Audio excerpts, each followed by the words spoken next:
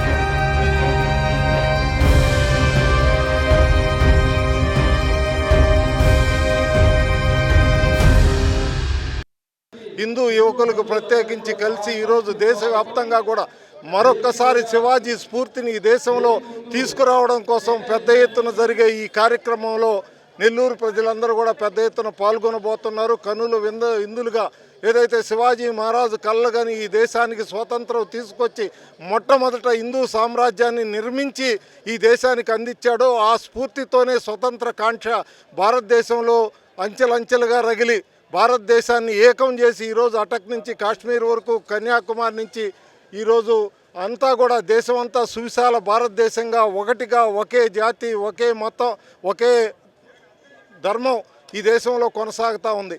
కానీ ఇటీవల పరిణామాలు మరలా తిరిగి మనకి చాలా ఇబ్బందికర పరిస్థితులు భారతదేశంలో వస్తున్నాయి. ఈ దేశంలో మెజారిటీ ప్రజల మనోభావాల్ని మరొకసారి హరించే విధంగా ఈ దేశంలో జరుగుతున్న వైరాన్ని ఖండిస్తూ ఈరోజు తిరిగి శివాజీ మహారాజు స్ఫూర్తిని తీసుకొని దేశమంతా కూడా ఏకీకృతమై ఈ సమాజంలో హిందువులు ఏదైతే ఈ దేశంలో ఉన్నారో వారి ఆలోచనలకు అనుగుణంగా ఈ దేశ నిర్మాణం దానికి అనుగుణంగా ముందుకు పోయే విధానాన్ని మరింత పెంచడం కోసం జరిగే ఈ కార్యక్రమం ఇంత పెద్ద ఎత్తున చేస్తున్నటువంటి యువకులకు ప్రత్యేకంగా అభినందనలు తెలియజేస్తూ శివాజీ స్ఫూర్తిని తీసుకొని మరొక్కసారి ఈ దేశంలో హిందువుల శక్తి అంతా కూడా సంఘటితం కావాలని ఈ సందర్భంగా నేను కోరుకుంటూ శివాజీ మహారాజ్ ఏదైతే మనకు అందించాడో అలాంటి మహనీయులు అందించిన స్ఫూర్తి మన కళాశాల విద్యార్థులకు మనం అందియని దౌర్భాగ్య స్థితిలో మన దేశం ఉంది. అలాంటి మహనీయుల చరిత్ర, వారి త్యాగాలు, వారి ధైర్య సాహసాలు ఈ హిందూ సమాజానికి ఉండే పౌరుషాన్ని తిరిగి మరొక్కసారి మనందరికీ పాఠ్యాంశాల్లో చేర్చాల్సిన అవసరం ఉందని చెప్పి ఈ సందర్భంగా నేను ప్రభుత్వాన్ని కోరుకుంటూ ఈ యాత్రలో ప్రజలందరూ కూడా పాల్గొనాలని ఈ సందర్భంగా నేను పిలిపిస్తున్నా. ఛత్రపతి శివాజీ మహారాజ్ అనే పుట్టుక అనేదే లేకుండా ఉంటే ఈరోజు హిందూ దేవస్థానాలు 90% ఉండేవి కాదు. ఈరోజు హిందువులు కానీ అటు మన దేవస్థానాలు కానీ మన ఔన్నత్యం కానీ ఒక మొఘలులుగా అంటే ఔరంగజేబు మొఘలులు చాలా చరిత్ర విన్నాం మనం పాఠ్యాంశాల్లో.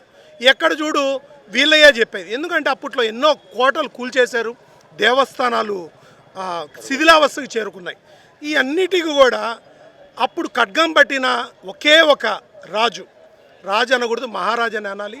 తల్లి జిజాబాయి మాట మేరకు భారతదేశానికి, ఎవరైనా అంటాం మన తల్లి గొప్పది, కన్న తల్లి గొప్పది, కన్న తల్లి కంటే మన భారతదేశం గొప్పది.